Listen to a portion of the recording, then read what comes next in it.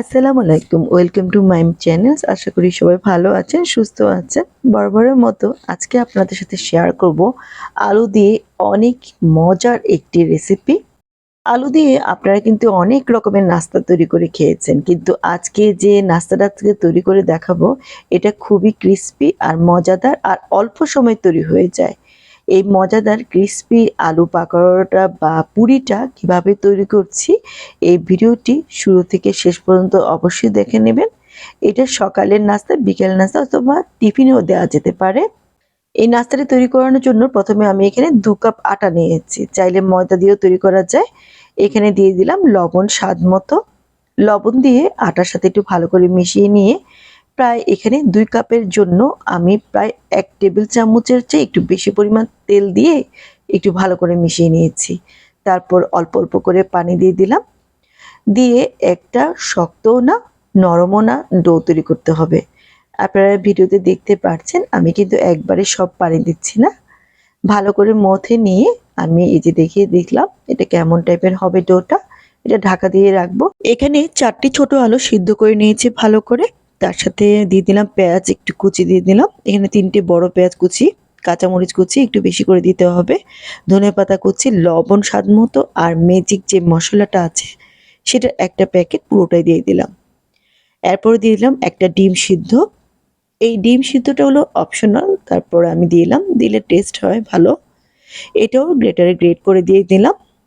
এখন সবগুলো উপকরণ হাত দিয়ে ভালো করে মিশিয়ে নিতে হবে। ভালো করে মিশিয়ে নিলে এটার হলো পুরটা তৈরি হয়ে গেল। এখন এটা আমি এক সাইডে রেখে দিলাম। আর যেই আটাটা আমি মথে রেখেছিলাম এখন একটু আবারও ভালো করে মথে নিলাম। তারপর এটা আমি 2 ভাগ করে, প্রতিটা ভাগে 2 ভাগ করে নিতে হবে।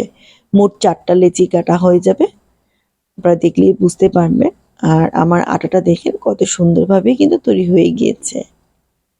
তো এইভাবে করে হাত দিয়ে আবারও 4টা লেচি আমি একটু হাত দিয়ে ভালো করে গোল গোল করে নিয়েছি যেন একটু সমান হয়।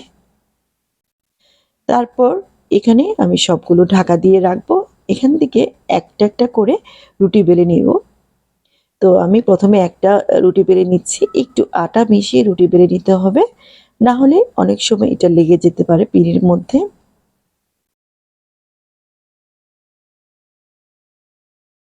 এই রুটিটা আমি বেলে নিয়ে এলাম। এই যে এরকম পাতলা হবে। এরকম করে আমি একসাথে প্রথমে দুটো বেলে নিয়েছি আলাদা আলাদা করে। তারপর একটার উপরে যে আলুর পুরগুলো রেডি করেছি, এখন চামচের সাহায্যে বা হাত দিয়েও এটা পুরো রুটির উপরে এভাবে স্প্রেড করে দিতে হবে, বিছিয়ে নিতে হবে। তারপর এটার উপরে যে আরেকটা রুটি বেলেছি সেই জন্য আমি একটু ভালো করে দিয়ে এভাবে সাইড দিয়ে একটু লাগিয়ে দিতে হবে। এই জন্য আমি যখন পুরগুলো লেচিগুলো কাটছিলাম একটু সমানভাবে নেওয়ার চেষ্টা করেছি। সাইড দিয়ে লাগিয়ে এরকম পিৎজা কাটার বা ছুরি দিয়েও কিন্তু কাটা যায়। এভাবে করে কেটে নেবেন আমি যেভাবে দেখিয়ে দিচ্ছি। এটা খুবই ইজি একটা নাস্তা। মেহমান আসলে খুব সহজে এটা কিন্তু চটজলদি তৈরি করে দিতে পারেন। আমি এভাবে রোল করে নিচ্ছি। নেওয়ার পরে একটু চাপ দিলেই সুন্দর একটা নাস্তা তৈরি হয়ে গেল। এভাবে করেই কিন্তু প্রত্যেকটা নাস্তা তৈরি হয়ে যাবে। কোনো ফিনিশিং বা কোনো এক্সট্রা বাড়তি কোনো ঝামেলা নাই। আমার কাছে তো এই নাস্তাটা খুবই ইজি লেগেছে আর সহজও লেগেছে, আর খেতেও অসম্ভব মজার একটি নাস্তা। এভাবে করে কিন্তু আমি পরের রুটিগুলো বেলে এই নাস্তাগুলো রেডি করে নিব। তো আমার নাস্তাগুলো তৈরি হয়ে গিয়েছে। একটা পাত্রের মধ্যে একটা ডিম ভেঙে নিয়েছি। ডিমের সাথে দিয়ে দিলাম ধনেপাতা আর সামান্য একটু লবণ, মিশিয়ে ভালো করে ফেটিয়ে নিচ্ছি। ফেটানো হয়ে গেলে এই যে নাস্তাগুলো সবগুলো রেডি হয়ে গিয়েছে। এখান থেকে একটা একটা করে নাস্তা আমি সরাসরি ভাজবো না, এখন নাস্তাগুলো একটা একটা করে ডিমের মধ্যে দিয়ে দিলাম। খুব সহজ কিন্তু এই নাস্তাটি দেখতে যেরকম সহজ, আসলে এটা খুব সহজভাবে তৈরি হয়ে যায়। তো তেলটা আগে থেকে আমি গরম করে রেখেছিলাম। একটু ডুবো তেলে ভাজতে হবে, তাহলে নাস্তাটা একটু ভালো হয়। আরেকটা কথা বলে রাখছি, এই নাস্তাগুলো কিন্তু একটু সময় নিয়ে ভাজতে হবে। চুলার আঁচটা বাড়িয়ে দিতে হবে না, তাহলে ভিতরের যে পরোটার বা লেচিগুলো এগুলো সুন্দর করে ভাজা হয়। না হলে চুলার আঁচটা বাড়িয়ে দিলে একটু কাঁচা কাঁচা থাকে।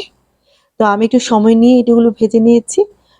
দু পিঠ উল্টিয়ে পাল্টিয়ে যখন একটু লাল লাল হবে তখন এটা উঠিয়ে নিচ্ছি। এটা কিন্তু খুব বেশি তেল টানে না, আসলে ভাজতে হয় ডুবো তেলে, কিন্তু তেলের পরিমাণ কিন্তু আসলে কমই লাগে। এই যে এক এক করে প্রত্যেকটি নাস্তা কিন্তু আমি ভেজে ফেলেছি। দেখতে কতটা লোভনীয় লাগছে, উপরে যেরকম মুচমুচে ভেতরটা এরকম নরম তুলতুলে, খেতে ভীষণ মজা লাগে। বাসায় একবার হলেও এই নাস্তাটি তৈরি করে সবাইকে খাওয়াবেন। আশা করি আজকের রেসিপিটি ভালো লেগেছে। ভালো লাগলে আমার চ্যানেলটি সাবস্ক্রাইব করে রাখার অনুরোধ রইল। আবারও এরকম সহজ কোনো রেসিপি নিয়ে আপনার সামনে হাজির হব। সেই পর্যন্ত সবাই ভালো থাকবেন। আল্লাহ হাফেজ।